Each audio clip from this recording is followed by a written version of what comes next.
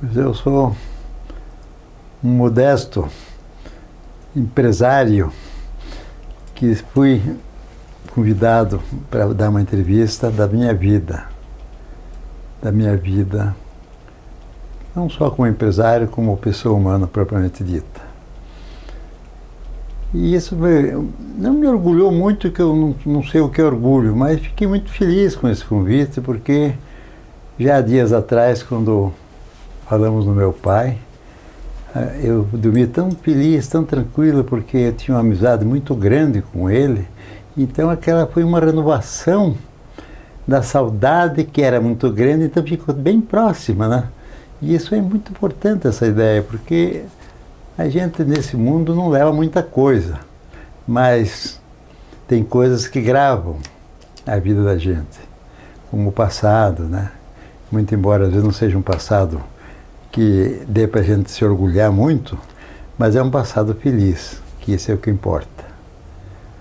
Bom, o meu começo foi um começo bastante estranho até para mim mesmo, porque eu saí do seminário. Saí que o meu avô estava muito mal, já fazia uns 6 meses, e minha mãe não podia me ver lá, já fazia alguns anos. Então eu dei um jeito de ir para casa. Ela assustou-se muito e, de fato, ali uns dias o vovô veio a falecer. O vovô era uma peça rara na nossa vida, o vovô José Domingos Garcia, por parte da minha mãe, Flora. E porque ele era um homem extraordinário, era um homem dinâmico, ele foi agente da estação Paraná-Santa Catarina naquele tempo, mas aquilo abordava quase todo o Paraná, porque ele era poliglota. Para ter essa função, tinha que falar várias línguas, então era com meu avô. Não só poliglota, como ele entendia de construção civil como se fosse um engenheiro. Entendia de eletricidade como se fosse um técnico. Era um homem extraordinário, muito embora ele fosse muito enérgico, e poucas vezes falou comigo, a não ser para me dar ordens. E quando dava ordem era uma coisa assim, extraordinária, porque ele me conhecia, e na parte dele, ele construiu 20 e tantas casas em Ponta Grossa, e toda a instalação elétrica era por conta dele. Ele tinha assim uma certeza no que ele fazia, que uma ocasião eu vi ele conversando, ele não conversava essas coisas com ninguém, conversando com o próprio pedreiro dele, que era um mestre de obras. Mas por que o senhor Garcia, o senhor faz tudo? Pela simples razão. As casas que você constrói e que eu faço instalação nunca incendiaram e jamais vão incendiar. Nunca vai ter um curto-circuito, que eu ponho fios adequados. Então ele era um homem, desde aquele tempo já era um homem assim, que sabia imaginar as coisas e fazia sempre para o futuro. Bom, às vezes, só para continuar o papo do meu avô, ele era muito enérgico. Ele olhava para mim e eu sabia o que ele queria, não precisava nem dar ordem. Meia dúzia de coisas. Eu saía, a última vez eu até esqueci, é tão rápido que eu saía, porque ele estava fazendo ali e não podia interromper. Eu sabia disso, então eu saía voando. Aquele tempo não tinha movimento da cidade, mas eu em 5 minutos eu fazia o que um carro às vezes não faz hoje. E trazia tudo certinho, mas às vezes esquecia essa última, que ele falou que eu era tão rápido que eu deixava ali e ia voando buscar antes para não chamar a atenção. E Deus o livre que eu chamasse a atenção. E eu parava de trabalhar, porque eu era muito sério no meu serviço, mas não gostava que chamasse atenção numa coisa que aconteceu, não foi por minha vontade. José? Nesse tempo, esse tempo eu era bem jovem, devia ter uns 13 anos. Que ano que era mais ou menos então? Era por volta lá de 38, mais ou menos. Bom, aí eu não tinha muito o que fazer, porque eu vim numa época que não podia entrar na escola. E mesmo no seminário que eu estava, não tinha escola. A cidade é Ponta Grossa ainda? É, em Ponta Grossa. No seminário que eu estava, não tinha escola nenhuma que pudesse acompanhar o seminário na parte de ensino. Que o que eu sabia no seminário, na 5ª série, nem na 8ª série do curso normal, ninguém sabia, porque era em todas as matérias, matemática, português, geografia, história, latim, grego, enfim, tudo isso que era dado lá, né? Mas aí eu resolvi me mexer, porque meu pai trabalhava lá na Fazenda Monte Alegre. E ele, dado o serviço dele ser muito exaustivo, e a fazenda ser muito grande, que era 4.500 alqueires, e ele ter que cuidar de vários assuntos, tanto a pecuária como a parte agrícola, plantação de araucárias e tudo. Então o papai, ele era muito certo no trabalho dele, ele não se preocupava muito em casa, porque ele sabia que a mamãe dava conta do recado. E dava, até certo ponto, porque a parte financeira foi uma das partes mais difíceis em que vivemos, porque naquela época não tinha emprego, não tinha progresso. Ponta Grossa, contudo, ser uma cidade extraordinariamente boa no que diz respeito à parte entroncamento rodoviário e tudo, né? Mas a gente nunca pode prever que um futuro tão grande ia acontecer, né? Porque depois veio a guerra, etc. Aí eu fui trabalhar. Mamãe, onde é que você vai? Vamos ver se arranja um emprego aí. Mas se não acha emprego, você rodou a cidade inteira e coisa. E eu tinha o meu irmão Juca, que era uma pessoa assim muito tranquila, assim. E ele já estava meio aposentado, que ele sofreu uns problemas na mocidade lá, então ele era funcionário público, então se aposentou por problemas de saúde. Aí disse, por que você não vai trabalhar aqui no São José aqui? Era assim como não era uma loja, não era mas eles viam uns cachos de banana por ali e tudo, e eu nem sabia bem o que era. Pequenininho ponto comercial. Mas era um ponto comercial, e de vez em quando apareciam as pessoas comprando, e como nós ficávamos numa pracinha, Praça Barão do Rio Branco, ficava de frente ali, aquilo, o Juca sempre observava, o Juca era muito esperto. Vamos ver se eu tenho um emprego lá. E eu fui junto. Vamos lá, para o São José, disse, de fato, estou precisando mesmo de um menino esperto aqui, porque tenho 2 piá aqui, que 2 não vale nem meio. Então até vou mandar embora já, porque eu vi que você é um cara de gente boa, viu? E mandou os guris embora. Depois eles apareciam por lá, porque ele viajava muito, e depois de uns 15 dias que ele me viu trabalhando, ele ia para Morretes, que ele comprava muita fruta em Morretes, começar por banana, que ele tinha uma grande venda de bananas, tinha estufa, né? Então ele ia comprar justamente dos colunos, isso, para comprar mais barato. E comprar outras coisas também, aguardente também ele comprava, etc. E eu comecei a trabalhar lá. E foi interessante, porque aí começou a se revelar uma coisa que eu não conhecia em mim. Eu era um menino assim meio quieto, meio até... O Nestor, meu irmão mais velho, dizia, José, você qualquer coisa, fala com ele, fica vermelho com o peru. Eu ficava encabulado com qualquer coisa, assim, eu não tinha sentido, era só tempo de estudante e tudo, eu não tinha tido mais, assim, com o público, não tinha quase movimento. Mas esse trabalhozinho me ajudou. Por quê? Porque eu fui para lá, ficava eu só, para abrir a loja, para almoçar ali e para ficar até a hora de fechar, até 6 horas, 7 horas. E chegava ali 10 horas, 11 horas, me dava até preguiça, porque eu não tinha que fazer nada. Aí passávamos carroceiros, aquele tempo em Ponta Grossa, era a cidade de carroceiros, mas carroceiros desses que puxam carga, que hoje são caminhões, tudo que fazem isso, da estação rodoviária para as lojas, né, e estabelecimentos comerciais, principalmente a parte atacadista ali da Baldino Táxi. E eu vi um senhor simpático que sempre parava ali, dava um peninho para o cavalo ali, coisa e tal, cavalos tudo puro sangue, cavalos bons mesmo, porque carregavam um peso elevado. Aí seu Maia, até chamava-se ele.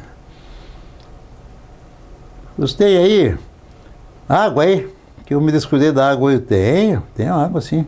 Mas o senhor tomando água essas horas? O senhor toma pinga, seu Maia. Nem conhecia ele. Mas eu ali já estava me abrindo um pouco. Mas você tem pinga, hein? Digo, para outras pessoas também não tem, mas para o senhor tem. E uma pinguinha lá de Morretes. Ah, essa é boa. E tomou ali um copo de pinga. Eu não sabia que ele bebia, mas ele era suave, muito trabalhador, né? E tomou água, a pinga e foi-se embora. No dia seguinte, tinha mais de 100 carroças que estavam na fila para tomar água ali, a pinga. Eu fiquei bobo, me assustei. O que será que eu disse? Não, é que eu... marketing na época. Eu contei para eles e eles dizem, puxa vida, tem um piá, né, que é danado, viu? Eu fui tomar água lá, ele me deu água e me deu a pica, todo mundo quis cobrar. Aí daí começou aquela freguesia, sabe, que começaram a vir. E eu fiquei grande, porque a loja vendia acho que uns 5 mil reais por dia, passou a vender 15, 20, 30, ou mais até, por dia, 1.000 reais. Era bastante dinheiro naquele tempo. O Juca me ajustou lá, como ele dizia, eu te ajustei com 5 mil reais por mês. Porque, sabendo assim, era uma venda apreciável, né? E foi indo tudo muito bem, eu estava embalado ali, estava feliz, porque ali fui me desenvolvendo. Aí você tinha uns 14 anos? Já né? até de 13 a 14 anos. Mas a mamãe, quando eu soube, que eu contei essas vantagens para ela, porque eu quando chegava a bordaleza e tudo com aguardente, eu tinha que pôr nas garrafas, então eu puxava através de chupar um pouco, né, e eu contei para ela como é que era o mecanismo para pôr nas garrafas. Pronto, foi o fim da minha carreira lá no boteco, porque o que? Você está de mamãe, é só para chupar um pouco do verde, que eu já me cuspo todo, porque eu nunca tomei isso, Deus me livre. E já punha lá e já ensinei uma dúzia de garrafa ali, que é o que se vendia ali na hora do almoço, ali na janta, mais uma dúzia, era um colosso, sabe? A mãe disse, você não vai mais trabalhar lá, meu filho. E fiquei triste, sabe? Digo, mamãe, a senhora está me tirando um gosto e uma aprendizagem ao mesmo tempo. Não. Deixa, vá por mim. Vá por mim, você ainda é muito piá. Mas você vai aprender a trabalhar direito. Eu vou lá nas Pernambucanas, eu sempre compro lá as roupas para vocês. Eu vou falar com o gerente lá, ver se ele... Vou explicar quem é você para ele. E onde é que você está trabalhando. E que você até não quer sair de lá porque está muito feliz, porque tem trabalho o dia inteiro. Porque quando ia muita gente, os outros que passavam ali não chegavam, começaram a chegar. Então não só a cachaça que eu vendia, como vendia outras bebidas e vendia bastante banana, que a especialidade dela era banana, ouro, prata, maçã, tudo quanto era qualidade de banana, até a caturra tinha. Mas as bananinhas no ponto, sabe, que a gente cuidava, assim, as bananas ficaram bem no pontinho, punha um caixinho lá, você, poxa, que banana linda, é bem, diga, essa aí é... Então, me veja aqui, então aquele tempo parece-me que era em dúzia. Era em dúzia, hoje é em quilo, né? E eu vendia ali, vendia como nunca ele vendeu na vida dele. Faltava banana, eu até dizia para a senhora dele que ajudava ele lá, mas quando eu fui lá, eles não iam mais lá. O seu José está fazendo tudo aí, que não precisa mais ninguém aí. Então só aí vai pegar o dinheiro na férias do dia, né? Então tá tudo bem, mas a mãe não houve jeito. No dia seguinte, em vez de ir trabalhar lá, eu fui à noite, já que ele tratou lá com o gerente, para mim ir lá. E aí eu fui entregar o dinheiro lá para a senhora lá, quando fechei lá, às vezes ela vinha mais tarde, né? Eu ficava esperando, e a mãe ficava com medo, né? Porque de noite, o gurizão ainda, né? Mas aí entreguei tudo para ela e disse, eu não vou mais trabalhar lá porque mamãe não quer. Eu quero. Mas então eu esperava o José chegar aí, chamava-se José, o dono lá. Podemos esperar, mas a mamãe não quer, eu não desobedeço ela de forma alguma. Eu acho que mãe e pai, a gente tem que ter obediência até a morte. Porque o respeito é tudo na vida, a gente depende deles sempre e a gente aprende tendo obediência. Se a gente não tiver obediência, a gente põe fora uma grande riqueza, que é a família da gente. Bom, eu muito assustado, já me arrumei diferente, já pus uma camisinha azul e coisa, e fui trabalhar. Eu trabalhava, gente, quem é o senhor? Eu sou José. José, o que você vai fazer? Era um mineiro, um gerente baixinho assim, mas ficava de ruim, barbaridade, a cara dele. Ele era enérgico, mas não era ruim. Eu vim aqui, mãe, eu estava trabalhando no emprego aqui, que eu não queria vir. Para dizer que eu não queria, estava me humilhando muito para ele. Estava satisfeito lá, porque estava aprendendo lá, mas e o senhor não quer trabalhar aqui? Eu quero, porque a mamãe já arranjou e eu obedeço cegamente, ela acha que para mim é melhor aqui. Vamos lá, eu vou trabalhar. O que eu tenho que fazer? Bom, antes de o senhor trabalhar aqui, eu quero conversar com o senhor. Aqui chama-se Casas Pernambucanas. a maior organização em tecidos da América do Sul. O senhor tem que pôr isso na cabeça. É casa que até uma criança pode comprar. Seriedade absoluta. Isso nunca esqueci na minha vida, porque era uma verdade. Não? Tudo que ele falava, não tinha nada para tapear ninguém. E isso o senhor tem que fazer sempre. O senhor tem que contar a verdade, tudo certinho, porque aqui não tem tapeação. O que o senhor prometer, o cliente vai receber. Eu sustento, porque eu acredito nos meus funcionários. E aí comecei a minha vida comercial. Porque eu vi que eu tinha tempo. O meu serviço era o seguinte: o caixa estava aqui, eu estava do lado aqui, então quando a pessoa estava pagando, eu já estava conferindo a mercadoria. E no conferir a mercadoria, tinha que conferir os cálculos, inclusive, fazia tudo numa... Eu tinha muita prática, a minha cabeça era muito boa, e é até hoje, graças a Deus. Então, eu já fazia os cálculos, tudo, que hoje tudo pega em máquina, ficava um bobo. Eu fazia antes da máquina. E não havia um engano, esse que era o importante, fazia rápido e perfeito. E não era isso só. Eu, quando vi que tinha chance, eu perguntei ao professor Rubens, senhor Rubens, eu posso ter alguns retalhinhos, assim, porque às vezes tem uma pessoa que parece que eu vi que não comprou tudo. Posso ter para vender? Mas como é que o senhor sabe de retalho? Eu vejo, às vezes, vender retalho aí, nas etiquetas, de tanto por tanto. E isso o freguês fica muito feliz em ver essa diferença. Pode. Vamos terminar o serviço, ou se o senhor quiser vir mais cedo aqui, ok, 7 horas estou aqui. Eu chegava lá às 8, né? Eu ia às 7, então, porque assim eu descanso mais um pouco, tinha que ir para aula à noite, né? Então, essa foi a maior coisa da minha vida, porque ali, eu, às vezes os retalhos, mas um monte de retalhos, uns 20 retalhos, assim, para vestido, para camisa, para calça, enfim, saia, tudo que a gente sabia que gastava e a metragem mais ou menos correta. Está na Vicente Machado, Pernambucano? É bem naquela esquina. Ainda existe hoje, hein? Existe, mas está na outra esquina, em frente ao edifício Marieta. Né? Quanto tempo você ficou lá? Aí eu fiquei lá uns 4, 5 anos lá. E saí de lá porque o meu querido irmão e teu pai, Domingos Ribas, que o pai me chamava assim, você é um Domingos Ribas, pai, você vai ser igual a ele. Você vai ser igual a ele. Isso para mim era a coisa mais graciosa que eu podia ouvir, porque o papai tinha uma confiança no irmão mais velho nosso, né? Ele era, de fato, uma pessoa extraordinária mesmo. Mas era o queridão do papai, que é o único que deu comerciante mesmo, de fato. E eu sei que aí... Tudo bem. Eu sei que aí... Como é que eu estava no... Nos retalhos. Nos retalhos. Aí eu comecei a vender retalhos, sabe? A freguesa... O senhor está pronto para pacote, menino? Digo, olha, ele não está bem pronto porque tem umas coisas para a senhora aqui que o rapaz esqueceu de mostrar. É uma coisa excepcional, o senhor vai ver. Você vai ver o desconto que tem. São coisas assim que, às vezes a medida não está bem certa e coisa, mas são coisas bem boas, fazenda boa, tudo você pode ver. Mas como é que é isso? Esse retalho aqui, 2 metros e tanto, e se já ia pagar 5,80, vai pagar 4,20. Poxa, mas naquele tempo o dinheiro era difícil. Um tostão era dinheiro.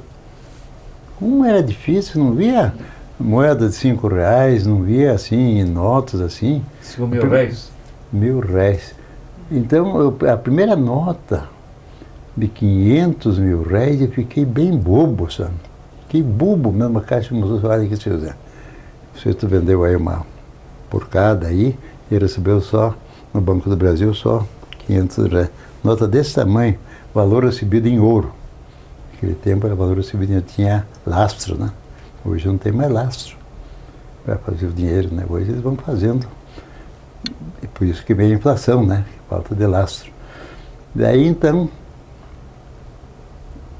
o gerente me viu tão entusiasmado no trabalho, disse, seu José, eu fazia umas coisas para ele de vez em quando, sabe? Ele era assim muito nervoso, sabe?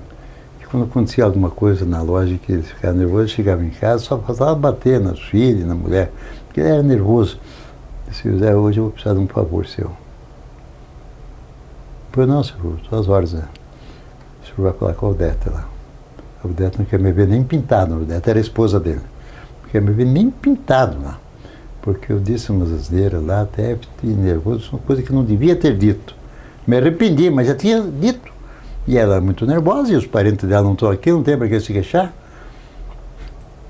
E depois não, pode deixar que eu vou lá. E às vezes pedia uma compra ou outra, fazia, levar lá para ele, essas coisas assim, né? De chefe, mandar empregado fazer, né? Aí fui lá, a Donete caiu por mim. Mas até bolo ela fazia para mim. Eu sabia que eu gostava de bolo, né? De tão, assim, eu fui muito feliz com ela. Digo, mas você vai brigar com o seu Rubens? O seu Rubens é uma pessoa extraordinária. Para mim é como se fosse um pai. Não me conta que o senhor considera ele assim, mas ele é um homem bom. A senhora tem que ter paciência com ele. Tem dia que você é também meio nervoso porque acontecem coisas que ele nem conta para a senhora aqui lá. Pode ser mesmo, tenha paciência com ele. E fui indo, domei minha mulher, que ela ficou no ponto. E aí fui para lá, né? E ele então ficou me querendo bem barbaridade, sabe? Com uma confiança em mim, como se fosse um dos maiores amigos dele, porque ele queria muito bem a esposa, né? Aí ele foi, depois ele foi dono aqui da Tecidos Urca, aqui na Praça Tiradentes, não sei se você lembra. Sim. Depois foi a Buri, no lugar daquela. Ele até queria me levar para cá, sabe? Trazer em Curitiba. E a mamãe não me deixa sair de Ponta Grossa, porque eu sou o filho que trabalha dia e noite. Meu pai estudava e jogava bilhar. Ele estudava 1 hora por dia e jogava bilhar até de madrugada. Quem? O seu Jordão da Silva Filho, meu querido irmão Idi. Então, não sobrava nada, não podia trabalhar porque ele era muito bom no bilhar. Nem em São Paulo não achou ninguém que fosse melhor que ele. Ele jogava muito bem. E eu, por uns tempos, estava até aprendendo a jogar bem, estava até fazendo umas bolinhas difíceis, como ele fazia, sabe? Mas eu quero saber de uma coisa, vou parar com isso, comecei errado, daqui a pouco com umas bolas boas. Não, me fizeram como é que é, um triscanto, né? Eu recebi o meu salário e fui jogar a vida. Bilhar eu jogava bem, mas jogar a vida, eu não tinha experiência nisso. Aqueles turcos, Neme, Júlio Neme, os irmãos dele, me fizeram um triscanto, ficaram com o meu salário inteiro. Mas foi a maior sorte da minha vida, que nunca mais eu joguei na minha vida. Foi o maior exemplo que eu tive. E eu não tinha o que deixar em casa, mas tinha o seu Rubens, que era meu amigão, não era o seu Rubens. Cometi um dos maiores erros que um homem pode cometer. Foi o que o senhor fez. E depois eu jogo bilhar, assim, não é passatempo, assim, porque uma vez meu irmão jogava muito bem, não fico com inveja dele, mas fico com vontade de fazer umas bolas como ele faz. Mas é que eu, não, bilhar não vamos jogar a vida. E a vida, o senhor faz o tricampo, o senhor perde quantas vidas quiser perder, enquanto tiver dinheiro. E eu perdi todo o meu salário. Agora eu queria que o senhor me desse um adiantamento, que a minha mãe vive desse salário que eu ganho. Deixa tudo com ela, se eu precisar, depois ela vai me dando, filha, não me dê tanto, guarda, diz, não, a senhora guarda para mim. Eu precisava, eu falo. E não tem problema. O que a senhora vai precisando agora? Precisa do salário que ela tem, os compromissos, estou baseado nesse salário, me adiantar um salário. Um salário, isso eu nunca fiz na vida. Digo, eu também nunca perdi na vida o que eu perdi agora. Ele até achou graça. Então vou me emprestar. Então, nunca me cobrou esse salário. Nunca. Ele me queria bem, sabe? Dizendo, não, o senhor vai trabalhando aí. E depois eu comecei a ganhar mais também, né? Porque aí ele disse, sabe o que é? Eu estou vendo que o senhor tem uma vida meio difícil, né? Eu digo, mais ou menos, a minha vida até é boa.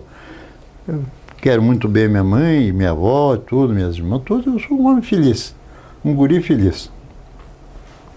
Mas eu acho que eu vou lhe dar o meu talão da gerência, porque o senhor ainda não está na idade ainda de ser vendedor. Mas o senhor me dando meu talão, o senhor é meu assessor, o senhor está me ajudando aí. Então, comecei vendendo o talão dele.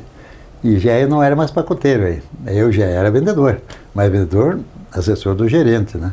E isso foi me trazendo uma inveja por parte dos vendedores, porque o seu Rubens, ele era um homem muito ativo. Ele olhava e disse, o senhor está vendo lá, está lá no correio? 200 mil reais. 200 mil reais? Vai buscar lá. Vai atravessar a rua, que tempo, o automóvel não existia, só a carroça, coisa, cavalo. Por aí tudo, Deus subiu. Era um cabo de chapéu aba larga, né? Gente que veio do interior, né, com piazada, mulher ali, fazendo certo, ia fazer compra, vender alguma coisa, né? Ah, como é que vai, seu João? O senhor me conhece? Digo, eu não, mas aqui o patrão conhece, ele quer falar com o senhor, né? Quer falar comigo? Sério, ele quer falar, o senhor já é conhecido dele, já. Você já tem comprado dele. Pô, assim, um termo muito simples, né? E comigo deu certinho, porque eu também sempre fui simples, então levei lá, seu João, tá aqui, seu Rubens. O senhor João veio bater um papo com o senhor, eu falei para ele que o senhor tinha um brinde para dar para as crianças. Ele me prometeu nada, ele se vira aí. Pois é, seu João, muito gostoso o senhor já trouxe o senhor aqui. Eu tenho umas coisas para o senhor aqui. O senhor veio da onde? Eu vim lá da reserva. Da reserva? É. E aí que veio fazer? Vim trazer uma porcada gorda, vendi bem a porcada. E peguei um preço bom, porque aqui, naquele tempo, é porco de banha. Tinha várias fábricas de banha em Ponta Grossa. Hoje é porco só de carne, né? Modificou muito, que a exportação, ninguém exporta banha. Se alguém tem banha, é para gastar na cidade, coisa que vale. Pois é, então, nós vamos conversar. Ele vendeu para o Cabo já tinha feito uma compra, eu acho que pela manhã lá, e ele não deu tempo de conversar com o Cabo, eu não estava.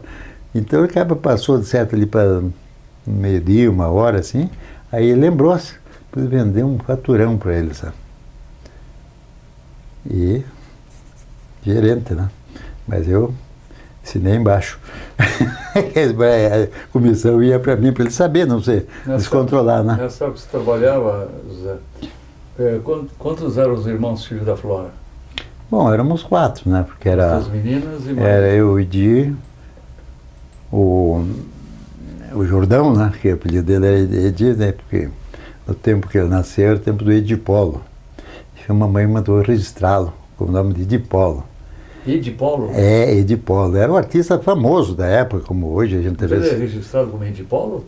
Mamãe pediu. Ah, mas o papai disse, não vou brigar com a mulher, porque o meu nome você até acha feio. Mas chegou no cartório lá do Santana, diz aqui, Santana, registra meu filho, Jordão da Silva Filho. Pois não, registrou ali, papai registrava no dia que nasci, não esperava. Eu também aprendi assim, sempre registrava no dia, meus filhos. Eu sei que ele fazia isso. Também. Então, eu sei que, aí então, falando do Edipolo, né? E ele contou para Flora, para a esposa, que... Nunca contou, ele pôde saber lá no ginásio, quando ele estava, que ele precisava tirar o ginásio, o diploma, tudo, né?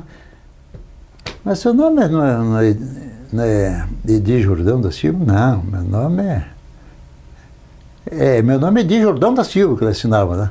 Não, mas eu assino não é seu nome, no cartório nós vimos lá, seu nome é outro, é Jordão da Silva Filho. Aí que a mamãe ficou sabendo. Mas ele não dá tempo de ficar mais triste, porque ele já estava homem feito, estava um rapaz muito simpático. Eu até nunca vi um moço bonito como esse meu irmão. Ele parecia, sabe quem? Aquele artista, mas um artista bonito, eu gostava de ver. Clark Gable? Justamente, um cara simpático, sabe? Um cabelo escuro, assim, e ele era bonitão, vai ter fotografia de moço lá quando ele casou, né? E começa a olhar, me lembrar dos bons tempos ali, puxa, esse cabo era lindo, parecia um bicho perto dele, viu? Parecia que nem era irmão. Porque a gente tem que falar a verdade, né? Era mais velho que você, né? Ele é mais velho, ele é de 1919, eu sou de 25. 6 anos.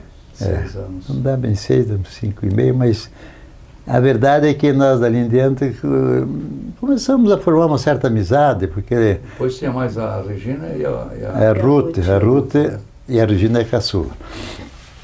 Aí depois ele queria entrar no comércio, mas ele formou-se contador. E contador é um plano assim, difícil entrar no comércio. O contador faz a contabilidade da firma e tudo. Ele não mexe com o comércio, mexe apenas com deve haver, né? E outras coisas mais decorrentes da firma. Mas aí nós ganhamos cobrinho por lá, uma gratificação no tempo do compadre Walter, Eubassi, do André Justus e João Guerreiro Sobrinho, eram os 4 sócios. Pessoas muito boas, todas elas. Nós ganhamos gratificação, ganhamos 5% de gratificação sobre os lucros. Era uma boa gratificação. Deu para a gente, eu que era mais econômico que o teu pai, economizei perto de 40 mil. Economizado. Gastado, despesa, tudo. E ele economizou 35. Aí fizemos uma firma. Nós dois, o Moreira, que trabalhava com o teu pai, com o Domingos, mas então ele tirou o Moreira da firma, porque ele já não estava mais em Ponta Grossa. Ele já estava nessa ocasião também em São Paulo. E... Isso foi logo depois da Pernambucana? Foi. Aí eu saí da Pernambucana e fui entrar na firma do compadre Walter, Gambassi, de André Justo e seu João Grande Sobrinho, que aí, domingos eu pedi a gente tem que sempre perguntar para as pessoas, eu estou ganhando bem lá na Pernambucana, mas é comissão, mas é um salário bom. Pouca gente ganha igual eu ganho lá. Mas sabe o que é? Você tem um negócio no atacado que é outro. Você vai ter mais futuro aqui. Sai de lá e venha para cá. Eu vou falar com o André, o seu André, que era sócio dele, e falar com o Walter para você ir trabalhar lá. Então vamos, falei para a mamãe, mas não, o Domingos acho que é bom, e o Domingos sabe melhor do que nós, né? Então tá certo, acertamos tudo. E agora, o teu iria sem serviço, contabilidade, fazendo uma coisinha aqui, só a boteca que ele fazia, então não ganhava nem para... Aí, digo, eu vou trabalhar com você com grande prazer, porque o Domingos me pediu e eu acho que eu vou ter mais futuro aqui. Mas tem uma coisa, tem meu irmão. Meu irmão é uma pessoa capacitada, é muito bom guarda-livro, ele trabalha lá, esqueço o nome dele, era um desses guarda-livros antigos, assim, que ensinou ele o trabalho, a técnica de tudo. Mas o Nelson está pedindo aumento aqui, Nelson Cordeiro, já é falecido aí, já tem um filho Cordeiro dele que trabalhava com umas coisas importantes, eu já me lembro até. Digo, bom, o senhor que sabe, porque se ele não vier trabalhar aqui, eu também não posso trabalhar, porque eu não vou deixar meu irmão assim a ver navios, né? Porque nós somos muito unidos na família. E eu acho que vocês não vão perder nada, porque ele vai trabalhar mais barato, porque ele está ganhando menos lá, que um pouco mais de salário, nós fazemos qualquer negócio, porque nós queremos crescer aqui. Aí eles combinaram, fizeram uma reunião lá e disseram, então pode mandar teu irmão vir amanhã aqui, eu vou despachar o Nelson aí. Coisa chata isso, né? Mas eu tinha que salvar a pele do meu irmão, porque ele nunca ia entrar no comércio se não fosse aquela chance, né?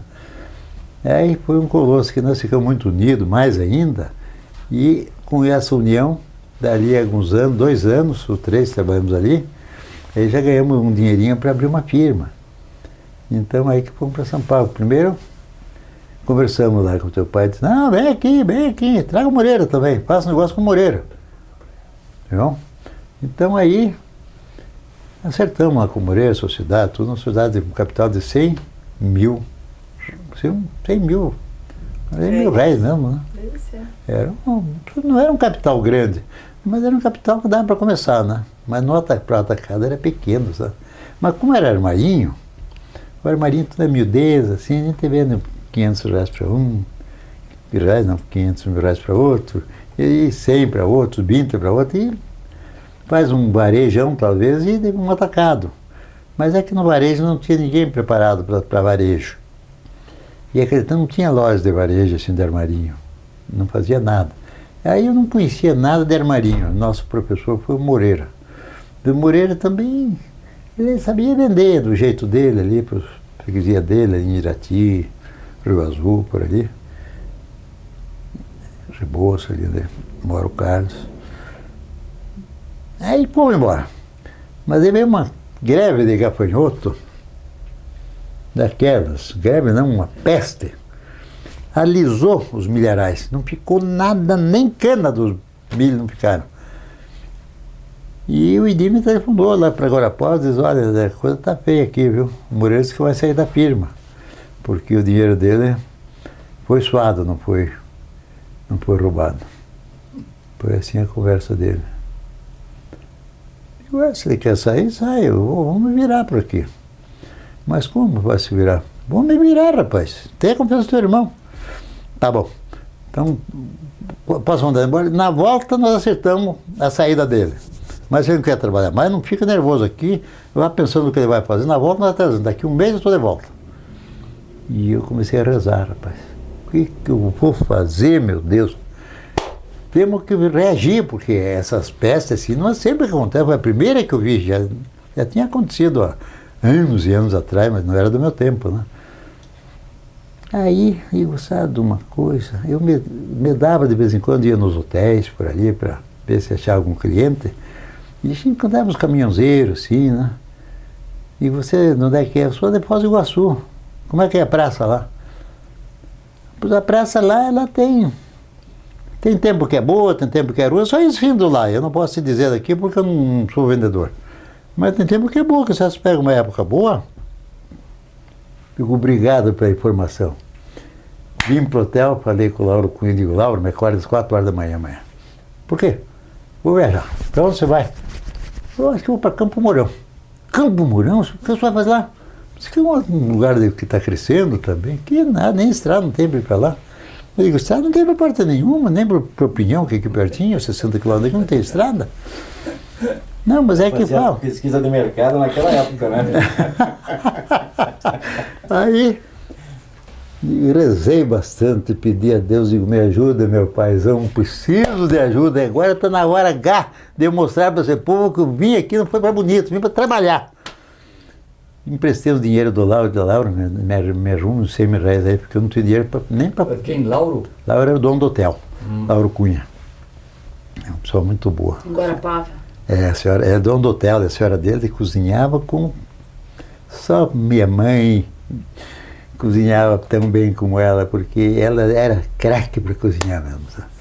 E a minha esposa também, que não dá para deixar para trás, porque ela viveu com a mamãe ali, ela já sabia muitos pratos, que a minha sogra também sabia muito, e aliou aquilo e a capacidade dela. E sei que... Mas isso não é o caso. O caso é que eu me mandei embora. Não sei, me bolso até no posto lá, digo, escuta, se eu não tivesse dinheiro aqui, fica para volta? Claro, claro, Zé, pode deixar. Assim, aquele tempo era tão fácil, o crédito, claro, não era para todos, né? Mas para quem merecia era uma beleza. Fui com 100 mil reais, passei na Laranjeira do Sul, era 9 horas da manhã. 5 horas de Guarapava na Laranjeira do Sul, um viajão, porque estava tempo bom, tudo, sabe, um dia lindo, com ter feito aqui esses tempos agora. A cavalo? Não, estava num Fordeco lá. Já tinha um Fordeco? Já, um Fordeco 29. Bem em ordem. Eu não andava com um carro ruim. Nunca acontecia nada na estrada. O carro não era teu? Era da firma, né? Era da firma. A firma tinha um carrinho, custou 13 mil reais. 13 mil cruzeiros. Por 13 mil. Né? R$1.000. Compramos do Alfredo Hinton. Eu sei que aí eu mesmo andei. Passei, bom, agora vem o ponto alto da estrada. Passei Laranjeira do Sul, até lá era terra, tudo, pinhais e pontes, rio, etc. Aí, você sabe que a estrada para Foz do Iguaçu era só nome de estrada. Era carreiro, não tinha estrada. Caminhão passava, porque tinha as pedras dessa altura, o caminhão é alto, ele ia fazendo um movimento assim, conseguia ultrapassar. Serras enormes de você perder... E como é que eu vou fazer agora com o carrinho aqui? O cara não consegue passar aí. Eu sei que aí, como é que eu vou fazer? Eu olhava para o lado assim, tinha roça assim, passava pelas roças, dava um jeito e ia desviando, sabe? Mas quase que não podia chegar. Mas cheguei em Guaraniaçu, de Guaraniaçu, digo, aí eu vou pousar aqui, já era 10 horas da noite. Isso o dia seguinte. Aí, pousei em Guaraniaçu. Em Guaraniaçu, olhei a Cascavel. Que coisa horrível, Cascavel. É só samambaia. E o casario lá parecia que tinha passado um dilúvio por lá, um Suriname, coisa assim, que só aquelas casas tudo meio caindo por ali. Ninguém na rua. Meu Deus do céu, o que eu vim fazer aqui? Cascavel, eu via falar que era uma cidade, futuro, e coisas, né? Mas não tinha nada. Aí fui no Correio, que o dono do Correio tinha um estabelecimento comercial e uma pensão. amigo, me diga uma coisa. Eu quero te vender umas coisas aí, viu? Eu vim de Ponta Grossa. Dizer isso é só com a Elvira, lá com a minha mulher, mas não sei se você vai ter que comprar, viu? Porque está muito ruim o comércio aí, está muito ruim. Você está indo para onde? Estou indo para Foz do Iguaçu, então eu vou ver se ela precisa de alguma coisa e para reservar para você alguma coisa, viu? Já fiz amizade com ele, era o chefe do correio lá. Me mandei para Foz do Iguaçu. Cheguei lá no Paulo Bichowski. Paulo Bichowski estava bêbado igual um... Não sei quando fica bêbado, como é que diz? Que igual um não sei o quê. Borracho. Aí o Gambado. empregado dele disse assim, diz, agora não é hora própria para o senhor falar com o seu Paulo. O senhor quer falar com ele? O senhor pode até pousar aqui. Porque aqui, às vezes, nós damos pensão para alguns viajantes, coisa e tal, porque não tem nenhum hotel perto. É bem na picada do Benjamin, bem no início da picada. E está a estratégica para cá, mas não tinha ponte, nem uma obra de arte. Então não podia andar de carro por ali. Eu não sei, mas se o senhor vai para frente, eu vou para Foz do Iguaçu, até quero que você me diga como é que é a estrada aí. Mas a estrada aí passa, carroça, por aí, cavaleiro, de vez em quando passar por aí. Mas e automóvel, não passa caminhão, com mercadoria para lá. Automóvel é difícil. Nem me lembro quando passa, mas sempre deve passar algum. Não, porque às vezes tem muito lugar que não passa o carro, que... Não, é só isso que passa, porque a gente vê que tem os caminhões, nunca se queixa da estrada aí. Estradinha de mato. Então tá bom. Obrigado, então até a volta. Me mandei para Foz do Iguaçu. Eu era um bandeirante. José, eu queria fazer um testemunho, eu sou caçula do seu irmão mais velho, e eu queria dar um testemunho do amor que ele sente pelo senhor. Ele, em todo o tempo, né, que trabalhou, ele tinha uma admiração, tem até hoje nessa admiração, você sabe muito bem disso, né? Sei. É o meu caixeiro viajante, ele falava muito disso no tempo passado. E o testemunho que eu queria dar é que realmente o senhor é um fenômeno. Né? Hoje, com 86 anos de idade, o senhor está demonstrando isso para todos os que vão vê-lo na posteridade. E esse seu estímulo todo, eu tenho certeza que o pai, né, o Edi Jordão, e o senhor tem muito, né, a ver com isso. Porque há uma química entre os irmãos, os quatro, né? A tia Ruth, a tia Regina também. Mas os dois homens, nós éramos muito ligados mesmo. É como se fossem gêmeos. E eu, às vezes, pensava, não, o pai é mais velho, ele se sente um pouco genitor, né? Do tio Zé e das meninas, né? Mas não, muitas vezes o senhor dando conselho para ele, então é realmente uma química maravilhosa. A gente tinha uma identificação muito grande, e temos até hoje, principalmente na parte religiosa. Pode continuar. Então eu só queria colocar, né, que eu não, digamos, não acompanhei de perto, né, muitas coisas, mas o tempo que eu acompanhei, eu vi que realmente tudo que aconteceu, né, na sua vida profissional, na nossa vida, realmente tinha que acontecer e aconteceu da melhor forma possível.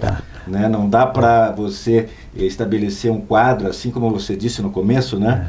Nem tudo do passado são glórias, mas o resultado é o que vale. Né? Quando você chega num ponto hoje, com 86 anos, e o seu irmão querido, meu pai, com 92 anos, cheio de vida, que o senhor tem falado com ele por telefone, e tem se visto agora recentemente, né, no casamento da Giovana. Então, quer dizer, parabéns, eu tenho que admirar vocês a vida toda, e esse exemplo que nós passamos para os nossos filhos. Certamente a Marinês com seus amigos, com seus irmãos também. Agora, e é um exemplo, então eu só queria deixar esse testemunho, parabenizá-lo. Não, isso aí eu sei porque você não está falando nada a mais do que a verdade. Porque, exemplo que você acabou de falar, ele foi fazer uma viagem de visita, até foi com um amigo nosso que já é falecido, Tércio, bom amigo nosso. E até se vão comigo aí que eu estou vendo umas coisas, tem uns amigos por aí que estão recebendo também os tecidos, leva umas amostras então, aí depois.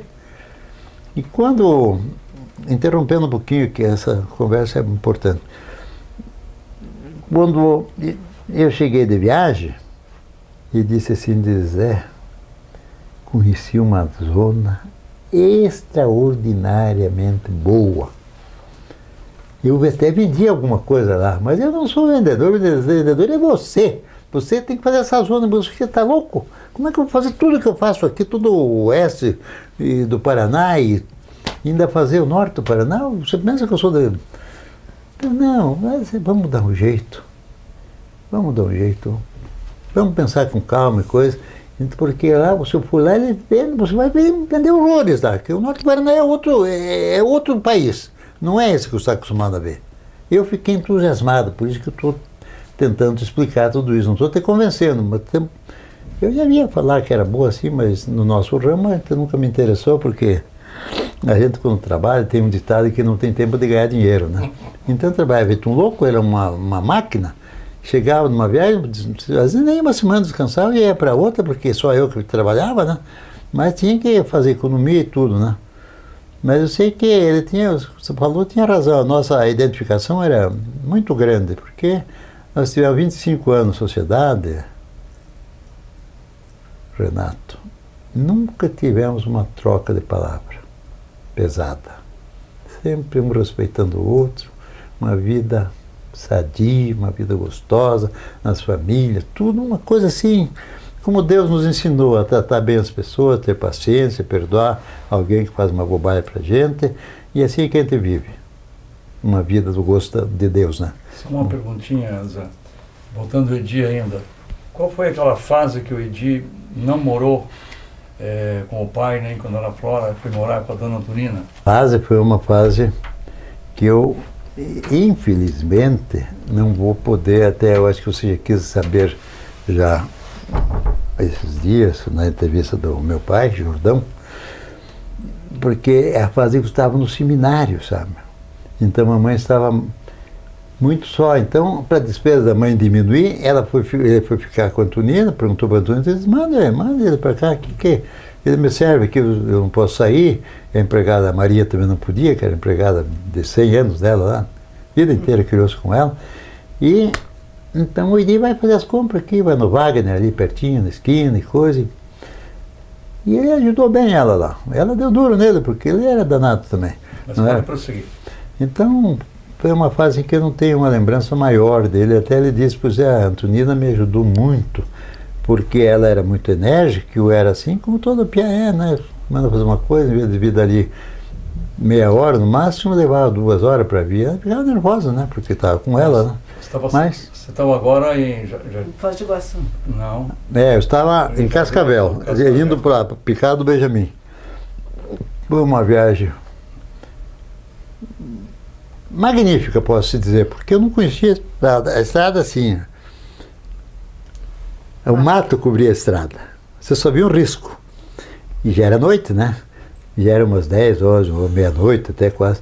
E você, o luz antigamente não era... O pneu furava muito, né? Não furava, porque os porteiros eram pneuzinhos estreitos, sabe? Ah, do Fordeco. Dos Fordeco não é, mas de vez em quando furava.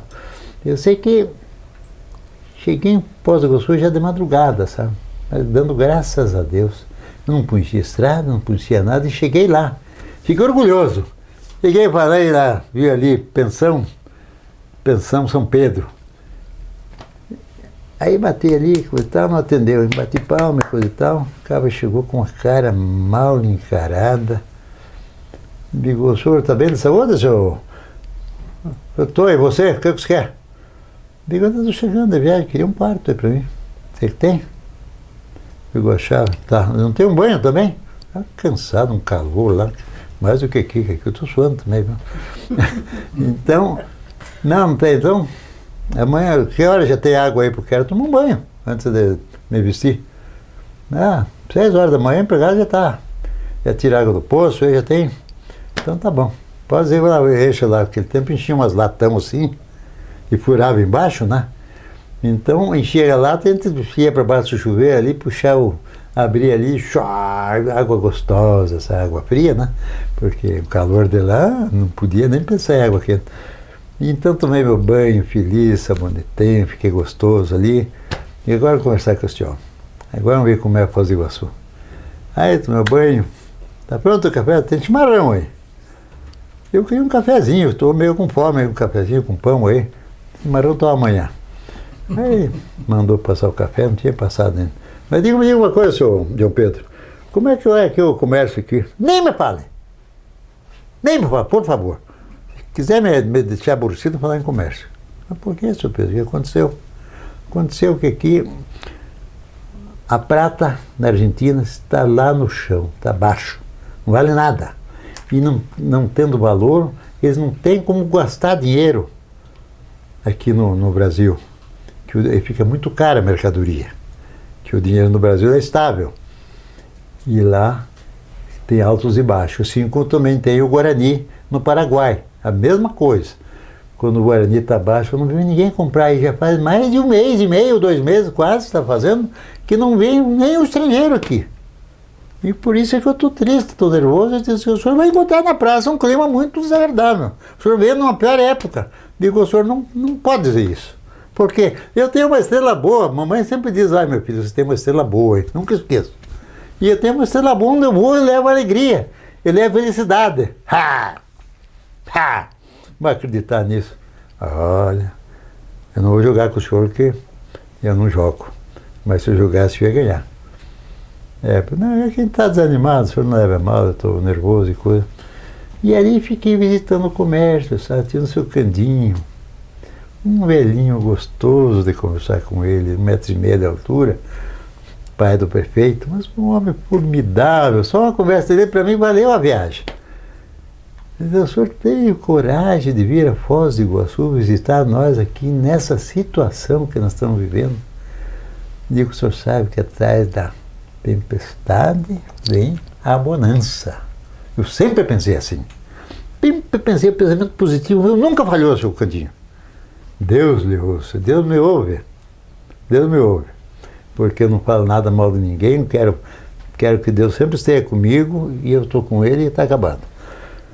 E eu sei que ele gostou da minha conversa. Diz, olha, esse viajante me deu alegria hoje. Eu sempre fico triste, nem chimarrão não toma. Aí tinha uma cuinha de chimarrão, desse bem pequenininho, ele também era pequeno, né?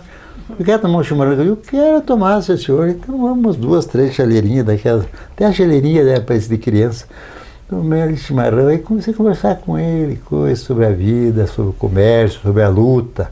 O senhor pensa que eu não vim aqui para bonito? Eu vim aqui porque precisava. A nossa firma tem compromissos. Esses compromissos não são compromissos, são inadiáveis. Não adianta pedir, eles não dão. Foi comprado, venceu, tem que pagar. Senão vai para o cartório. E quem é que quer ir para o cartório? Quem é que quer ir preso? Ninguém. Pelo menos pessoa honesta. Mas é isso, mas o senhor veio para cá e aqui eu não sei se a praça vai lhe dar essa satisfação. Digo, dá. Vamos ter fé em Deus. Vamos ter fé em Deus, que Deus é Pai. Como dizia o compadre Darcy, Deus é Pai. Não fica nervoso, que Deus é Pai, ele não esquece seus filhos, nenhum. O compadre meu que já morreu foi empregado nosso. Aí fui visitando um por um, mais os bons, porque eu tinha relação dos que pagavam devagar. E tinha os outros que compravam à vista e pagavam em dia. Então fui visitando primeiro os bem bons. Cada um que visitava era aquela choradeira.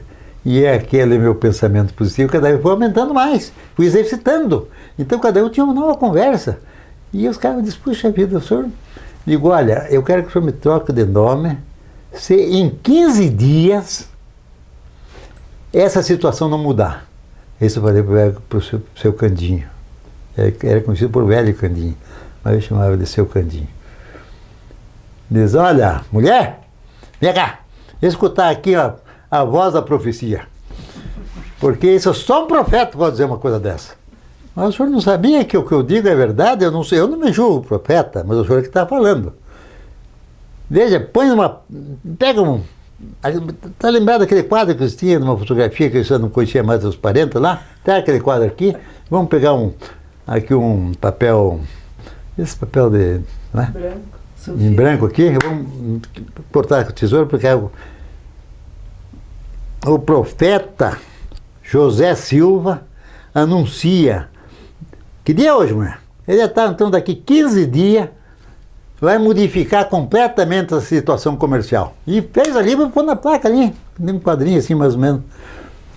Eu digo, olha, o senhor está me pondo numa situação difícil, eu não disse para fazer propaganda de mim. Mas eu sou falando com tanto ênfase, com tanta, assim, certeza que eu até estou acreditando. Você vê como é que é velhinho já, e eu achou que eu tinha, assim, a minha conversa tinha fundamento, e de fato tinha mesmo, depois da tempestade, o que você pode esperar? Mas tempestade não, né? Só bonança. E sabe que fui indo e eu falava tudo, e tudo ficou ordenado da praça, o profeta José Silva. Toda a praça, todo mundo sabia. Não, está aí o profeta aí. Já. Mas essa foi muito importante, eu fiquei com cartaz, não era conhecido lá. Fiquei com cartaz lá como se fosse, principalmente, eu estava tomando chimarrão com o meu. E era o meio compadre lá, que não foi brincadeira. Pode continuar. Daí, eu, com o negócio de conversar muito com todo mundo, né? Então eu arrumei compadre que não foi brincadeira. Inclusive o Antônio Bernardi, que até morava em Curitiba há pouco tempo. Depois foi para lá que ele estava muito mal de saúde, até não sei como é que aconteceu. Mas eu sei que ele estava tomando chimarrão ali, na porta. E eu sentado para dentro, perto do balcão ali.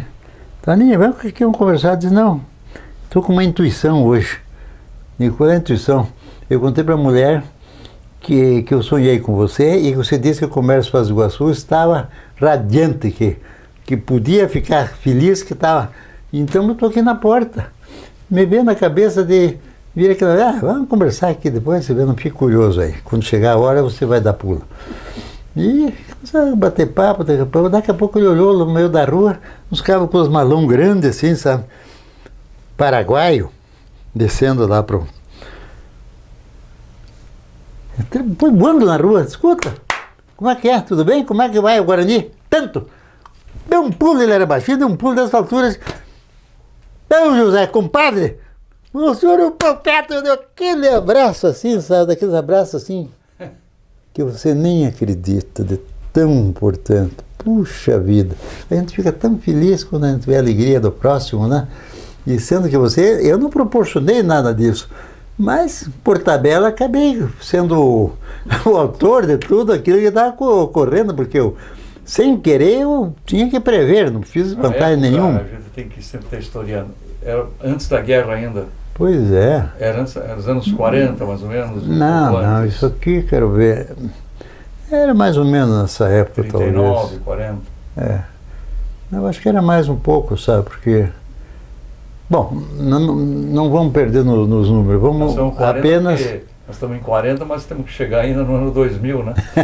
Então, agora você... um resumo da... Eu me recordo de você como chamado de caixeiro viajante, vendedor de porta em porta, alguma coisa nesse sentido. Depois a presença do Newton Migliosi, esse rapaz inteligente, inovador, usado. Não me depois a Tecidolândia, aí você chegando por Curitiba. Eu não sei essa fase de 40, como é que foi de 40 até agora. Aí foi só comercial, né? Um resumo que se possa fazer na agora. Foz do Iguaçu, por exemplo, fiquei dominando a praça lá, vendendo muito mais do que tinha de estoque. Por quê? Porque nós tínhamos mercadoria para vender ali para o Guarapuava, Irati, Pitanga, naquela região. E agora eu vendi para a Argentina, para o Paraguai. Tecido, né? Era tecido e depois... Não, até era marinho aquele tempo ainda. Depois que nós crescemos muito, que pegamos uma freguesia grande, aí fomos evoluindo para tecido, sabe? Foi mudando. Mas já era por volta de 1945, 46, por aí, quando o Márcio nasceu. O Márcio nasceu em 46. Tá com cabelinho branco igual a você, o Márcio. E daí você... Agora então vamos dar Curitiba, vamos dar um pulo, porque Foz do Iguaçu foi uma coisa assim extraordinária, porque quando eu cheguei em Ponta Grossa, de volta, o Edi disse, sou com o telefone de Guarapuava, como é que é, tudo bem? Por isso, tudo bem, mas o Moreira está me deixando louco. Por quê? Porque ele quer o dinheiro. Digo, se faça para ele calar a boca, faça uma proposta para ele. Você, em 12 meses, dá uma primeira prestação agora e mais 11 promissórias. Se ele quiser, pode assinar lá, está tudo certo. Mas, pô, tem certeza que dá certo? Claro! Pode pagar o capital dele e faça um cálculo assim, do que foi vendido aí, a terça parte é dele. Fica tudo de acordo com o que é justo. Tá bom, então ele se acalmou. Mas e como é que foi a viagem? Bom, a viagem eu te conto quando chegar aí, porque não queria contar para eles, estava com pedidos, mais de uns 200 pedidos tinha para vender. Eu vendi o nosso estoque, nosso capital era 100 mil, e o estoque nosso era uns 500 mil, era bastante, mas era o começo e tudo, a gente tinha que, por isso que eu tinha que buscar negócio, né? E aí eu vendi naquela viagem mais ou menos uns 1.200.000. Nossa. É muita coisa. Eu cheguei em São Paulo, teu pai ficou louco, mas você, como é que pode? E só freguês bom, só freguês nada. Por tudo quanto é duplicado do Banco do Brasil. Pagam tudo. Eu sabia, porque eu fiquei tempo lá, ia no banco, conversar com o gerente, bater papo com ele, tomar cafezinho e tudo. Eu fui investigando tudo, né? Porque eu ficar aqui perdendo tempo eu não posso, né? E aí, então com isso solucionou a parte do... Aí então o Moreira chegou lá e, Zé, tudo bem? Tudo. Já acertei com o Dico e tal, daí estava meio ruim por aí. Eu digo, não tem problema, Moreira. Tudo bem, eu fiquei muito nervoso com o Moreira, que você disse que o teu dinheiro foi suado. E o nosso? Você fez o cálculo? E depois igual o meu também, pois então acho que vamos sair também, porque se o teu foi suado, o nosso foi suado também, então vamos acabar a firma. Não, mas eu não quis dizer isso. Eu digo, não, a firma tem que ter perseverança. Todo comércio, se não tiver perseverança, não vencemos. É assim que a gente vence, é perseverar. Um mês é ruim, outro melhor, um ano não está bem bom, outro fica bom, e assim por diante, assim que eu penso. Assim que a gente cresce na vida. Mas eu já estou velho também, agora ele tinha mais ou menos a idade do teu pai, um pouquinho mais novo, mas pouca daí coisa. em diante que criou-se a tecido. Mas onde você está agora? Não, ali aí Já criou-se tem Silva e Curitiba? Companhia depois. Hein? A Silva e Companhia você já criou em Curitiba? Não, Moreira, Silva e Companhia era a firma inicial. Depois que saiu Moreira, aí entrou o Nadal. O Nadal entrou com um capital de 200 Tudo em mil. Ponta Grossa ainda. É Ponta Grossa. Aí o Nadal depois, fiquei magoado com ele porque eu ganhava o salário que todos eles ganhavam. Eles ficavam tomando chimarrão, um cafezinho, batendo papo, a não ser o Idi que ficava trabalhando, né? Ele é contador, não podia parar. Então, e que todo mundo tinha, eles tinham um salário igual ao meu. E eu trabalhava feito uma pessoa que precisava trabalhar mesmo para vencer, né? Mas ganhava o meu salário. Então eu digo, Paulo, eu gostaria que você fizesse um estudo. Primeiro eu chamei ele, quer conversar com você em particular, fomos lá no fundo. Digo, Paulo é pai da Rosina, tal, né? gente boa. Mas nós não nos acertamos bem porque foi com esquerda. Ele era mais velho que eu, tudo, mas era um homem bom. Eu quero falar em não pedir salário, aumento de salário. Eu quero ganhar o que eu estou merecendo, porque eu estou trabalhando muito e nas condições atuais eu não tenho dinheiro nem para mandar para São Paulo. Sabe que a Alci está doente lá, está precisando eu tenho que pagar lá o sanatório e tudo. E eu nem vou viajar mais nessas condições, que eu pegar uma firma para trabalhar em São Paulo, lá eu ter 10 vezes mais do que eu ganhei aqui. Eu tinha proposta, sabe, porque eu era assim como dizer uma coisa, como é que ele fala, fenômeno, né? O Paulo Sérgio falou há pouco, né? Aí ele diz, você faz o que você quiser, José. Eu não estou de acordo com o aumento de salário. E o Paulo me dá a mão aqui. Acabou-se a nossa sociedade neste momento. Por quê? Porque acabou-se. Eu pensei que estivesse lidando com uma pessoa que se identificasse comigo, entendesse a minha situação. Mas você, infelizmente, não entendeu, então, não havendo identificação, não podemos trabalhar juntos. Embora eu tenha muita consideração com você, com a dona Alice, a esposa dele, tudo, gente muito boa, mas... Aí... vem cá. Eu estou acertando final, o Paulo está saindo da firma. Não só ele, o Sebastião Bastos e o Tite, o irmão dele e mais o cunhado. São 3. Por quê? Depois eu te conto por quê. Só dizendo que agora é só tratar de acordo com o que cada um tem na firma, cada um leva o seu, pronto. Porque nós não temos, talvez, em dinheiro não vamos poder pagar você. Pagamos em duplicado, fazemos assim. Nós jogamos duplicado para cima, você pega um e paga o outro, tudo de bunda para cima, assim, depois sabemos os valores, depois os valores nós acertamos tudo, para não estar escolhendo o cliente, um que paga bem, outro que não paga bem, assim, né? E assim está certo, é honesto isso. Então tá bom, fazemos. Aí acabou essa firma, e nessa altura era Silva, Nadal e Companhia. Aí ficamos até um certo tempo, depois o Nadal também caiu nessa época, aí ficamos com o sogro do dia, o seu Maneco, que era muito bom, estimava muito a gente também, pai do Ciro Martins e pai do Manequinho. E daí dentro, aí que já pulou para Tecidolândia, que nós começamos a trabalhar. Agora, o negócio da Tecidolândia... Isso já era Curitiba, já? Isso já era Curitiba, Tecidolândia ou não? Já tinha loja em Curitiba. Mas começou em Ponta Grossa também? Começou em Ponta Grossa, lá começou forte, porque lá nós tínhamos loja já há muito tempo, né? Tinha clientela boa.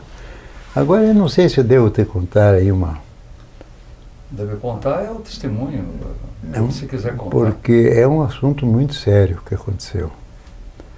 Muito sério, mas está certo, em virtude da gente ter sido ludibriado pelo fisco. E eu imagino que junto com o fisco estava também o nosso contador. Isso eu não tenho certeza absoluta.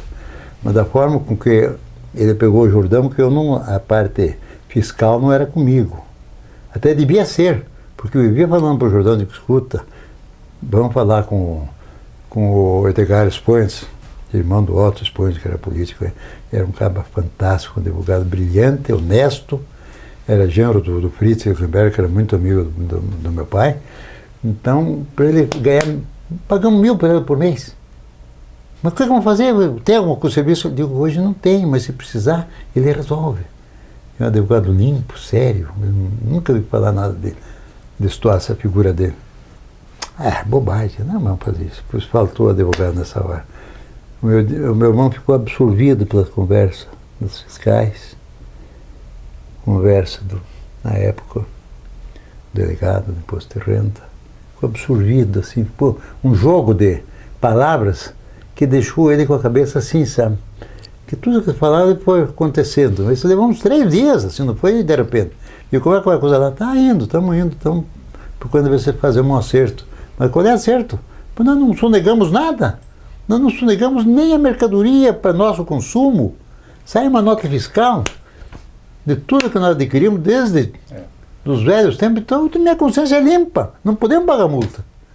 Mas não tem outro jeito. Eu até assinei embaixo um documento confirmando a multa e me acusando como devedor para eles darem 24 parcelas, para nós pagarmos uma multa de 225 milhões. Nessa época o capital nosso era 275 milhões. Aí acabou-se a firma. Foi tecido agora, aqui em São Curitiba, né? Não, era em todo o Paraná. Ela praticamente entrou em concordata, né? Não, pera lá. Aí, agora esses dias, no casamento lá da neta da Giovana, da neta da Cíntia, o Edir veio, ele foi também convidado e tudo, então eu estava sentado ali, batendo papo, era já 1h, 2h da manhã. Ele me disse assim, Zé, vou te contar uma coisa. Nós fomos roubados. Por quê? Porque eu estava folheando meus documentos, e o documento que nós, na pessoa física, a resposta é que nós nada devíamos. Estava tudo correto. E na pessoa jurídica nós pagamos essa multa que nos acabou. Então isso foi uma coisa horrível na época, porque todo aquele trabalho, aquele empenho, aquela vontade, que foi reduzido assim a um fogo que apagou-se. Eu fiquei muito triste, sabe? Muito triste, porque eu sabia que nós não devíamos nada, estava sendo... foi uma coisa planejada, como de certo fazem no Brasil inteiro. Ano, mais ou menos, isso? Hein? Que ano foi isso aí? 1900? Eu não quero citar ano aí, porque a gente depois alguém pode ver esse negócio aqui, querer fazer uma verificação. Mas não, porque... ano, 1980, quando foi isso? 70. Não, foi antes de 70 isso. Antes de 70. Quem eram os sócios na época? Sócio era o Ciro Martins, o senhor Maneco Martins. Curitiba Não, naquele tempo da sociedade ainda trabalhava ele, o Juca, o César entrava por lá, mas o César só ia bater papo. Sócios? Não eram acionistas, eles trabalhavam porque colaboravam lá? O teu pai, ele gostava muito de atacado, né? Então, eu digo, ele ia conversar com o senhor que foi vendedor muitos anos na região de Cerro Azul, Ele vendia o que quisesse naquela região. Então, com isso, ele falou para mim, digo, é uma boa ideia. Você separa umas amostras para ele aí, isso aí, a freguesia é boa, não tem nada a perder, só tem a ganhar. E aí, Bom, ele começou a trabalhar no atacado aqui, sabe, em nesse Curitiba. final de depoimento, recordar alguns nomes. Os fornecedores, quem eram? Na época, Vendedores, o Eduardo, né? de que a gente comprava da Alguns Aurora, que fabricava melhor. Não, nomes físicos. Hein? De nomes físicos. Bom, era o Gil Costa, Sotomayor, era Gil Costa, Sotomayor, Martins Costa, portuguesada, quase tudo era um... O Eduardo Souza não era vendedor para vocês? Eduardo Souza Carlos trabalhava Beja. para o Gasparian. E o Carlos Beja também? É? O Carlos Beja, o Carlinhos Beja? Também o Carlinhos. Pois é, o Carlinhos jogava com vocês aí, não sei se ainda joga, hein? É. Joga ainda? Eram fornecedores também, né? Fornecedor. E o Carlinhos é amigão meu. Achei muito alegrinho, né? E quando encontro com ele ali na Rua 7, nós fazemos festa. E agora pulando, e o José Maria Garcia da Silva, com respeito à atividade individual dele, depois de todo esse debate que aconteceu, você passou a vender alguma coisa como autônomo, não foi? Bom, eu, quando vim para cá, aquele tempo Curitiba é uma cidade assim bem diferente da atual. Não tinha quase comércio. Você olhava a Gazeta, não tinha uma firma que procurasse. Dá uma paradinha só. Bom, você sabe que a minha família toda estava constituída e residente em Ponta Grossa, na época. E na época houve uns atrapalhos e tudo, né? Nós fechamos as lojas. E agora como é que eu vou fazer? Aí eu tive uma ideia brilhante. Fui no Banco Itaú, porque eu não tinha dinheiro, mas tinha crédito. Falei com o gerente, você me arruma dinheiro para material de construção? Por que você vai construir? Eu digo, não, vou fazer um estacionamento ali do lado de casa. É um ponto bom, os hotéis não têm estacionamento, e eu vejo muito problema nas férias por falta de estacionamento. Quanto você quer? Fica uns 10 mil, me satisfaz. Não precisa nada que isso. Só para... não, pode comprar, mandar as notas aqui, ou se quiser levar o dinheiro já leva, vai pagando, quando deixar melhor. Tá bom, acertamos. E a primeira coisa eu comprei pedra britada, arrumei tudo organizado e organizei estacionamento, com uns 10 mil. Não precisa mais, parece que tinha feito o cálculo antecipado. E os meninos eram pequenos, sabe? Pequenos, eu acho que o Carlos devia ter aquele tempo, uns 5 anos, né? Carlos Duarte. E assim por diante, era o caçula, e assim 6, 8, 7, 9. O Márcio, a Lucelena e o Neto já estavam casados. Então eu digo, vocês agora vão, desta hora em dentro, vai começar a chegar Carol de São Paulo, toda a parte aí, procurando estacionamento. Vocês ficam na esquina, só dizer, aqui embaixo. Eu tinha posto uma placa, estacionamento dia e noite ali, coisa, né? E aquilo para mim foi um sucesso, sabe? Um sucesso que vivia lotado todos os dias, até tinha na minha casa, tinha que pôr carros do estacionamento. Que rua que era mesmo? Que rua que era? É a Rua do Rosário. Do lado do Hotel Chafransky ali, tinha o Hotel... São Marcos. Tinha aquele hotel ali, o... São Marcos, mas não tinha estacionamento, então ali eu forrei. Mas ganhei dinheiro que não foi brincadeira. Mas meu erro foi não ficar em Ponta Grossa, só deixar pelos finais de semana para Curitiba, sabe? Porque eu deixei uma pessoa lá para atender, não era especializado. Porque os meus filhos trabalhavam para mim. Eles ficavam todo dia ali, era férias, né? Ficavam na esquina ali, pequenininho ali, os caras, como você estacionamento, ficavam bobo, porque eles estavam tão afiados assim, tão ensinados, que já você me acompanha aqui, e lá é aqui. E eles já punham direto ao estacionamento, estão tranquilos, eles deixavam as malas no hotel ali, para todo mundo tranquilidade. Então ali foi um começo muito bom, uma reação nossa, né? Eu fechei depois de uns 2 ou 3 anos que eu fechei, porque não tinha mais quem cuidar, e eu já estava com outros planos em Curitiba e tudo, então modificou. Bom, aí em Curitiba não tinha onde trabalhar. Olha, eu passei em Curitiba, levei uma semana visitando Curitiba de cabo a rabo, leste, oeste, norte, sul. Não, indústria, olhava, perguntava como é que é o negócio, tem todo mundo assim. Não adianta aqui, tá assim, não tinha movimento. Quantos anos o senhor tinha, pai? Naquele tempo foi 1972, 73, por aí, né? Eu tinha mais ou menos de 25 para 72, né?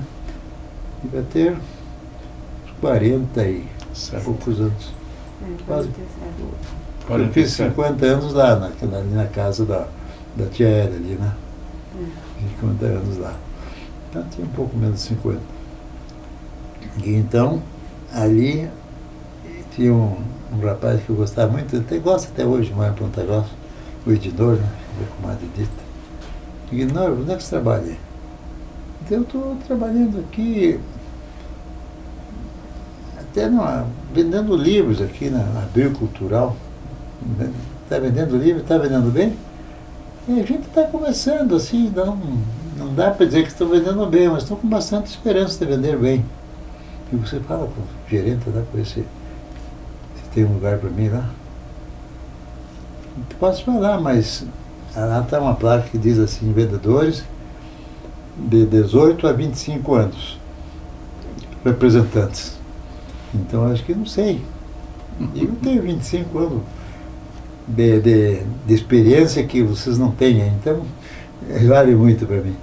Eu sei que aí ele me mandou lá e coisa e tal, que até um dia eu pedi para você uns endereços e tal, você deu vários endereços, pessoas conhecidas tuas. Agora eu te agradeci bastante, por alguns deles eu vendi. Então, fui lá e coisa e tal, aí ninguém me queria lá, nenhum gerente me queria. E eu fiz um treinamento, digo, quero fazer um treinamento só para experiência, se der certo tá bom, se não der, ninguém me queria por causa da idade. Eu tinha 49 anos para 50, quase 50 anos. Muito jeito da Oferlauto, da Gaúcho lá, dizer, vem aí se você quiser, então, mas eu acho que não vai dar certo. Tá bom. No primeiro dia que eu saí, ia vender 3 coleções. Primeiro dia. Mas antes de sair, essa melhor de tudo, antes de... Ninguém me queria, né? Então, digo, olha, eu cheguei no escritório do diretor, digo, posso falar aí com o Flávio? O senhor Flávio, o senhor marcou com ele? Eu marquei, mas eu acho que ele disse que talvez não pudesse, assim, mas não terminou bem a conversa. Dê licença, eu chego lá. Abri a porta, ô, Zé, tudo bem? Amanheceu bem? Disposto? Olhou para mim assim, o senhor me conhece? Estou acabando de conhecer ele, ver que a senhora era a pessoa certa para mim. Por quê? Digo, porque eu fiz treinamento com os rapazes aí, pessoas boas, sabe? Bons professores, eu vi que eles são bem treinados. Mas o senhor sabe que me decepcionei. Por quê? Porque disseram que eu não estou em condições de ser vendedor da Abril Cultural. Disseram isso para o senhor? Disseram. Vocês disseram, eu não posso dizer nada, porque eles são meus gerentes, eu não posso... Bom, mas uma coisa eu vou lhe fazer. O senhor tem 3 minutos aí, mas não. Abri a pastinha, que eu já estava com assim na mão. Botei mapa dos livros ali, ó. E agora assina embaixo, bem firme, porque são 3 livros. E ele assinou, comprou uma coleção, assina um embalo, assim, mas uma coisa violenta, assim. E esses pichotes não quiseram você, o senhor como representante? Eu acho que eu vou mandar embora todos eles, o senhor vai ficar sozinho aí, porque o senhor, como diz o Paulo, é um fenômeno. Eu nunca vi o rapidez tão grande, sobre 3 minutos o senhor me convenceu. Parabéns, viu? Parabéns, essa coleção está valendo. Pode, o primeiro 3 pontos seus, essa coleção. Vou conhecer. Você vê que você me deu um apoio extraordinário, que depois daquilo eu me tornei campeão. Não só campeão do Paraná, campeão do Brasil. O senhor Vitor Civita escrevia de lá que eu fosse para lá, que ele precisava de mim lá em São Paulo, que tinha muito perto de pau lá, ele precisava de Pelé lá. Precisava de um Pelé lá, igual eu. Me considerando Pelé, você imagina que coisa, porque não é fácil vender livro. Mas depois que você pega um jeito, assim, uma seta da venda, ninguém te escapa. Agora como é que eu vou para São Paulo? deixar a mãe com a filharada em casa, se bem que a mãe já estava boa, já levava a criançada de Kombi ali no Instituto de Educação, ali eles carregavam 10 ali, uma vez só, e voltava para casa ali, fazia parar o trânsito, bem em frente ali, ali o canal 12, ali quase, fazia parar o trânsito, ficar bem assim, não terminar as aulas, né? Porque aquele tempo era ida e vira, né? Ali a Milena Perneta. Então, a mãe parou o trânsito, mas não existe mulher igual a mãe. Nunca existiu e jamais existirá com a confiança dela de segurarem. Aí veio a diretora, o que a senhora está fazendo aí? Estou ensinando este povo a respeitar os homens de amanhã. Porque as crianças que são abatidas aqui não serão mais para ninguém. E eles não sabem respeitar, tudo passa correndo aqui. Eu fiquei aqui, eles pararam no trânsito. Aí acho que alguém vai ser lembrado por um guarda aqui, para atender isso aí. De fato, dali em diante, passou a ter guarda interruptamente, né? Todos os dias. Então foi um fato até que eu quase não falo nisso, mas é uma coisa extraordinária da Dona Maria. Bom, daí em diante aí começou o negócio. Depois aí apareceu o Nilton na história. Não. Quem era essa pessoa que você está dizendo? É a minha esposa, Dona Marília.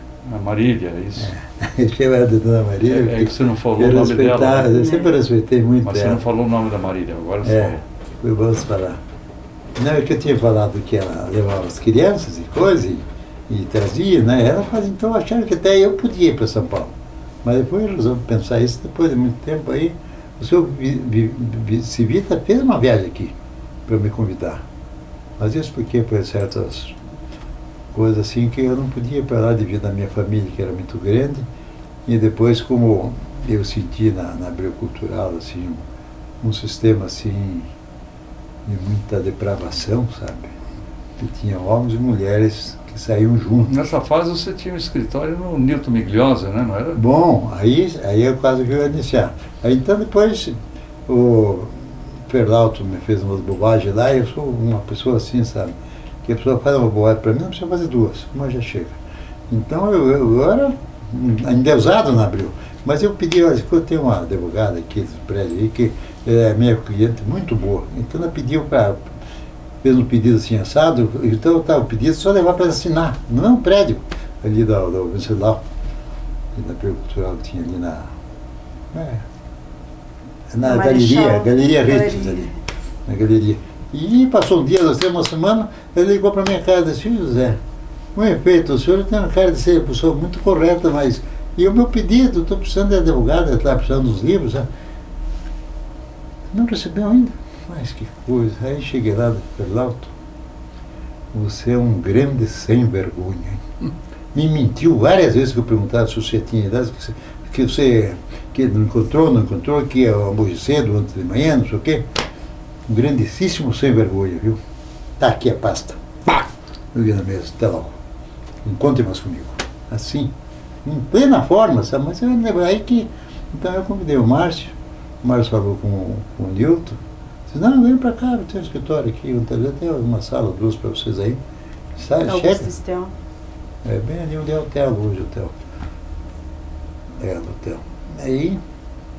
Foi muito bom o tempo que tivemos lá com o Nilton, uma pessoa muito boa, o Nilton, ele, a Lucilena, extraordinário, né? Pessoal assim que, para contar a história dele, um dia se chama o Nilton aí para ele, porque a história dele é uma história muito bonita, sabe? Porque, olha, esse homem venceu sozinho, por ele.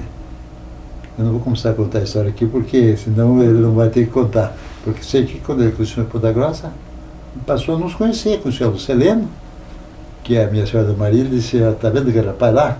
Nunca tinha visto na vida. Eu não, como, mãe? Você vai casar com ele.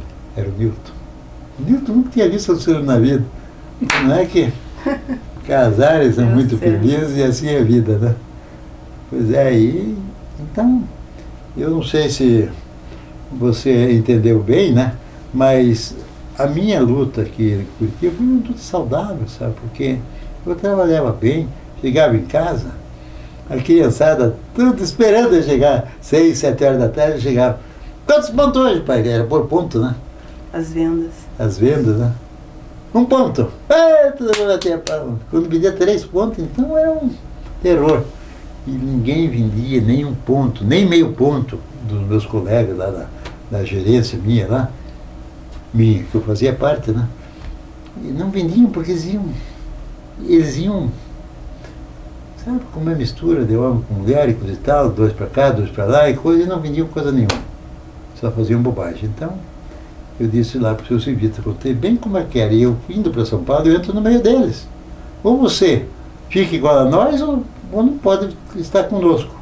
Então, como eu sabia bem como era o ritmo, nem ganhando 1 milhão por mês, que eu sei que isso eu não vou ganhar nunca, mas só para exemplificar, me é negócio vendo toda essa barbaridade que eu vejo na Abril-se, infelizmente. Eu precisava de pessoas como o senhor aqui, para educar esse pessoal, porque o senhor é um homem firme, é um homem correto, e um homem que sabe trabalhar, para ensinar esse povo a trabalhar.